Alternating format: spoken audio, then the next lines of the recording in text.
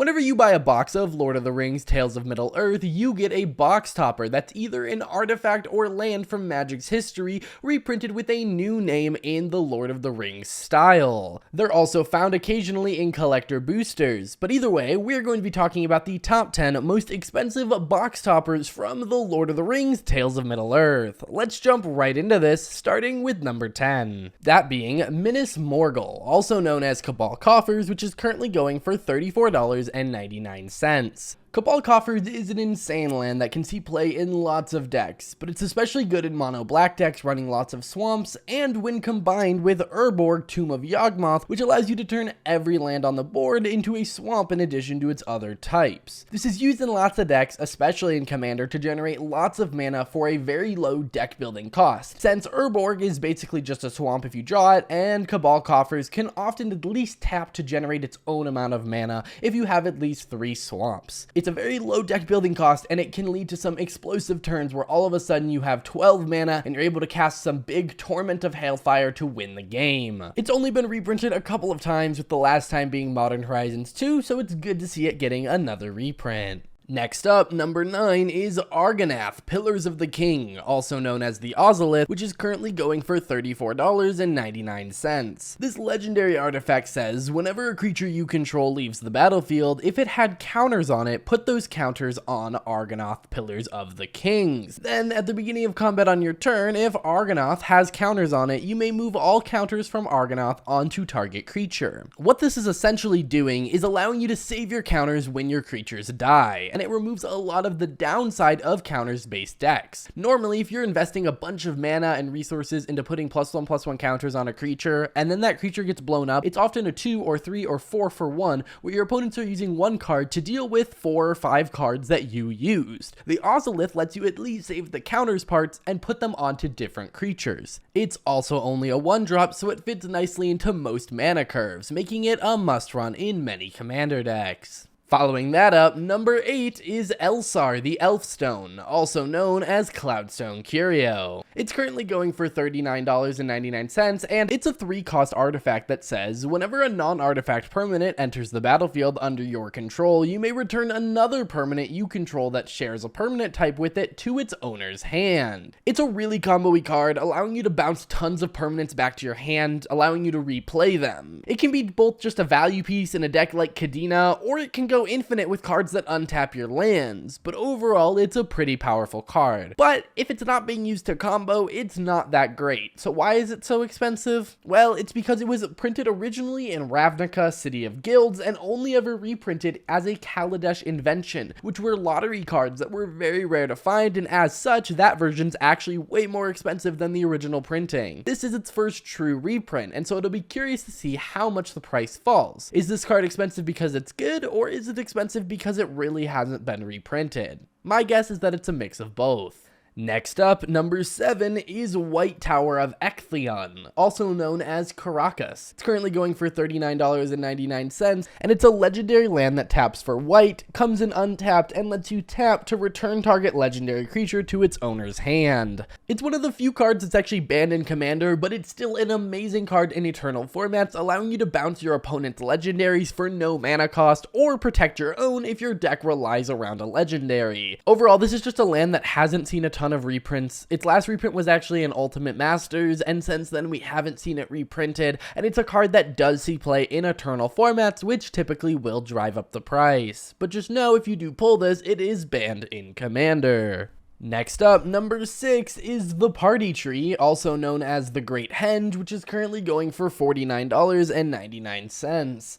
This is a 9-cost green legendary artifact that costs X less to cast, where X is the greatest power among creatures you control. Then you can tap it to add 2 green and gain 2 life. Then, whenever a non-token creature enters the battlefield under your control, you get to put a +1/+1 counter on that creature and draw a card. The Great Henge is one of the best artifacts in Commander, and just an awesome card that was originally printed in Throne of Eldraine and hasn't seen a reprint since. This will be its first reprint, and it's been going for a lot of money because it does what most decks want. It ramps you, it gains you life, it puts counters on things, and it draws you cards. So the number of decks that want the card is insane, and as such, it sees a ton of play in Commander, or at least it would if it was slightly more affordable, which hopefully this reprint will do. Overall, it's a great card, and it's a great inclusion in this set, and I'm glad to see that its price should be coming down because of it. Next up, number 5 is Paths of the Dead, also known as Cavern of Souls. This card is currently going for $59.99, and it's a land that enters the battlefield untapped, and when it does, you get to choose a creature type. Then you can tap to add colorless, or tap to add 1 mana of any color, but you can only spend this mana to cast a creature spell of the chosen type, and that spell can't be countered.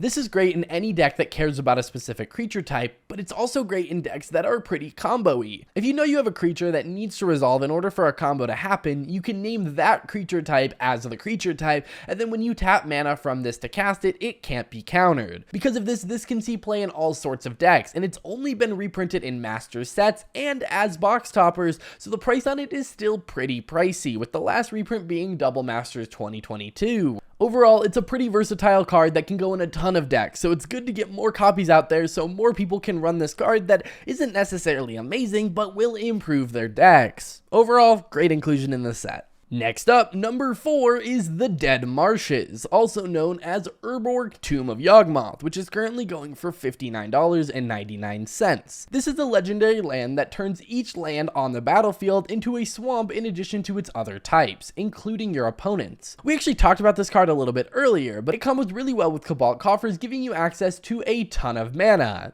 It's also just pretty good mana fixing. If you're in a lot of colors, this can just act as a swamp, as it enters the battlefield untapped and gives itself the ability to tap for black because it turns itself into a swamp. So again, the deck building cost of putting this in your deck is essentially taking out a swamp and only running one of them if you're not in Commander. But outside of that, you might as well run it. The worst thing that can happen is that you have a mana screwed opponent and you play this and you give them access to one of their colors, but that doesn't happen a lot, and because of it, it should just be run in most black decks, as it gives you access to as much black mana as you need and can combo nicely with cards that care about swamps, which black actually has a decent amount of. Overall, the card's going for a lot since it hasn't been reprinted a ton. It was originally printed in Planar Chaos and has really only been reprinted in Master sets and one random core set. Overall, pretty great card, and I'm excited to see more copies out there in the wild. Next up, number 3 is Balin's Tomb, also known as Ancient Tomb, which is currently going for $69.99. It is a land that enters the battlefield untapped and taps for 2 colorless mana. Then it deals 2 damage to you. So it's essentially mana ramp for free, except it is doing that 2 damage, but it often goes inside of decks that either don't care about their life totals or are so efficient that the life loss really doesn't matter because their opponents would have comboed off or they will combo off. Part of the reason it's so expensive is that it's been reprinted, but it's been reprinted in very exclusive spots. It has only really seen reprints as a box topper or in very expensive sets,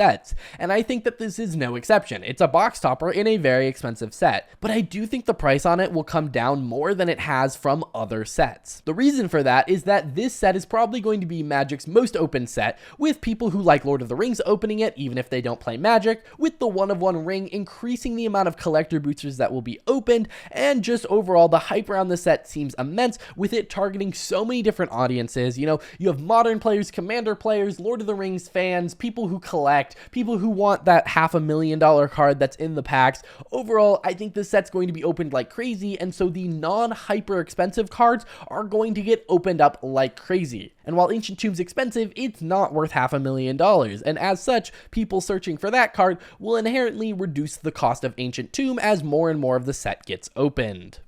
Next up is Bucklebury Ferry, also known as Orboro, Palace in the Clouds. It is currently going for $69.99, and it is a legendary land that taps for blue, and then you can pay 1 and return it to its owner's hand. So the cost of putting this in your deck is actually quite low, assuming you're only putting 1 of them. Part of the reason this is so expensive is that it's great in landfall-based decks. It enters the battlefield untapped, can tap itself to return itself to its owner's hand, and can keep getting landfall triggers. You'll note that returning it to its owner's hand doesn't even require tapping it, so you can tap it for blue mana, then use that blue mana to return it to its owner's hand. However, its power in landfall decks is not the only reason it's so expensive. It's also expensive because it's only been printed once, that being in Saviors of Kamigawa, which was a set that wasn't that popular and as such was not opened that much.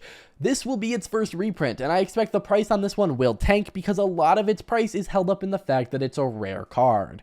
Of all of them, this is the one I would wait on the most, as I would expect this to drop to less than half of its current price, just because the rarity of it is really going to drop. And finally, number 1, the Glycerine Caves of Aglarond, also known as Gemstone Caverns, is currently going for $69.99. This legendary land says, if Glycerine Caves of Aglarond is in your opening hand and you're not the starting player, you may begin the game with it on the battlefield with a luck counter on it.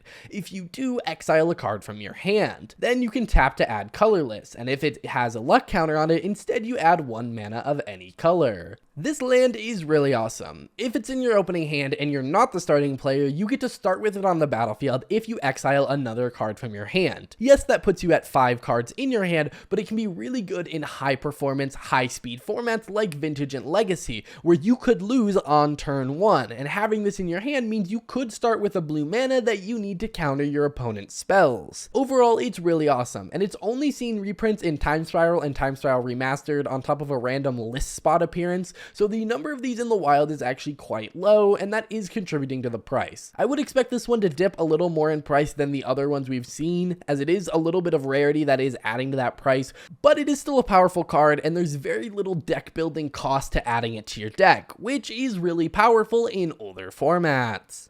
Alrighty guys, that is going to do it for this video. Those were the top 10 most expensive box toppers in the set. If you want to learn about collector boosters and how you can get your hands on more of these box toppers, check out this video here where I break that down. And if you want to learn about the mechanics of the set, check out this video here. I will see you guys in the next one. Bye.